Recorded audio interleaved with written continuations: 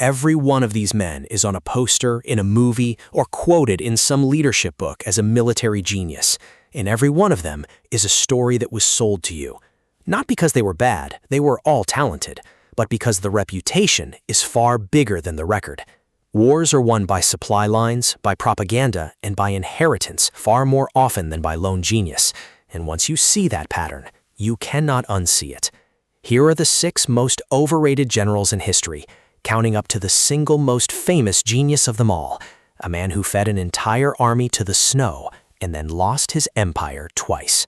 The version they taught you was the marketing. This is the invoice. We start with the man they called the Desert Fox, Erwin Rommel. The gentleman genius of the desert, the good German. Here is the problem. That image was built on purpose. It was manufactured first by Joseph Goebbels, Hitler's own propaganda minister, who in 1942 blew Rommel's victories far out of proportion to turn him into a folk hero. Then the British kept the myth alive, because it feels much better to lose to a genius than to an ordinary man. Then, a shattered post-war Germany needed one clean soldier it was allowed to admire. Strip the legend away, and historians find a gifted tactician, who was strategically short-sighted and, worst of all, reckless with supply. He repeatedly outran his own fuel and ignored orders, and in the desert, running out of fuel is exactly how you lose, and in the end, that is exactly how he lost. At El Alamein in 1942, he was beaten decisively by Bernard Montgomery, an unglamorous, methodical commander who simply had more tanks, more fuel, and a supply line that actually worked. The genius was defeated by a man doing arithmetic. But at least Rommel was handed a hard war. The next man threw away a winning one.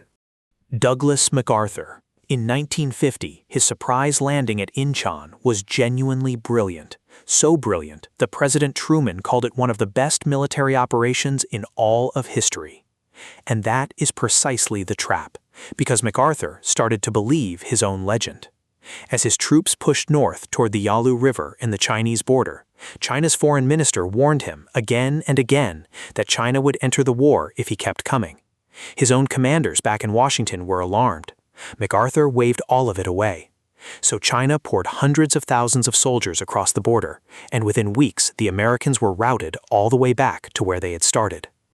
One of the worst intelligence disasters in American history happened because a general was too in love with his own genius to listen. Truman fired him in the spring of 1951. Still, MacArthur only lost ground. The next man lost his entire cause in a single afternoon. Robert E. Lee. In popular memory, he is a marble saint, the invincible gentleman general who could do no wrong. The record from Gettysburg in 1863 tells a much uglier story. On the 3rd day, Lee ordered around 15,000 men to walk across nearly a mile of open field, straight into the center of the Union line. His most trusted subordinate, Longstreet, told him to his face that it would fail. Lee did it anyway. In under an hour, more than half of that assault was gone, over 6,000 casualties, in a charge that a modern military study flatly calls a blunder that doomed the Confederacy. So why is he still remembered as a genius? Because after the war, a myth called the Lost Cause was carefully built to protect his name, shifting the blame onto his subordinates for his own worst decision. The statue was carved to hide the invoice. And it hides the deeper problem too. Lee's aggressive, attacking style thrilled the newspapers, but it bled an army the South could never replace. The North could absorb its losses and keep coming. The South could not, and Lee kept spending blood he did not have. Now we cross into the ancient world, where the greatest tactician who ever lived proves the entire point. Hannibal Barca. Do not misunderstand me. What Hannibal did at Cannae in 216 before Christ may be the most perfect battle ever fought. He let a massive Roman army push into his weak center, then folded his wings around them and butchered them from every side at once. Somewhere between 50 and 70,000 Romans died in a single day, against roughly 8,000 of his own men. It is still taught in war colleges right now. And here is the fact that should stop you cold. He lost.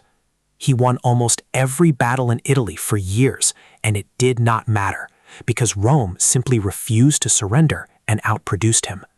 14 years later, at Zama, Hannibal was beaten decisively, and Carthage was finished forever. The greatest tactician in history is the clearest proof that winning battles and winning wars are not the same thing. Which brings us to a man who never lost a single battle at all. Alexander the Great, undefeated, conqueror of the known world. The name every other general is measured against. But ask one simple question. Where did that unstoppable army actually come from? He did not build it. His father, Philip II, did. Philip rebuilt the Macedonian army from nothing. The wall of pikes nearly 18 feet long and the hammer of the companion cavalry. Alexander inherited a loaded weapon and a war plan already in motion. And yes, he aimed it brilliantly, but he did not forge it. And what did he himself actually build? Almost nothing that lasted. The instant he died, in 323 before Christ, his empire tore itself to pieces in decades of civil war between his own generals. He conquered everything and founded nothing. A brilliant swordsman swinging a sword his father made. And now, the most overrated of them all. Napoleon Bonaparte, the single most famous military genius in human history, a name that is practically a synonym for winning. So let us look at how the genius actually ended. In 1812, Napoleon invaded Russia with the largest army Europe had ever assembled, around 612,000 men. He was never beaten in a great decisive battle there. The Russians simply pulled back, burned their own country behind them, and let the distance and the winter do the killing for them. Of those 600,000 men, only about 112,000 ever came home, and most of them never fell in battle at all. They were killed by typhus, by starvation, and by frostbite on the long frozen road back. He fed 500,000 soldiers to the snow because he could not solve a supply line, and he did not learn. He lost Spain, he was exiled to Elba, he clawed his way back, and at Waterloo, in 1815, he lost everything a final time. He died a prisoner on a tiny rock in the middle of the ocean. The greatest genius of them all lost more men in one campaign than most commanders ever lead in a lifetime, and died having lost the very empire that made his name immortal. So here is the pattern laid bare. Propaganda made Rommel. Ego destroyed MacArthur. A myth protected Lee.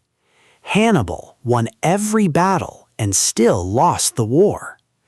Alexander inherited his greatness. And Napoleon, the genius of geniuses, handed an entire empire to logistics and to winter. The lesson history keeps trying to teach us, and that we keep refusing to hear, is that wars are won by supply, by patience, and by production.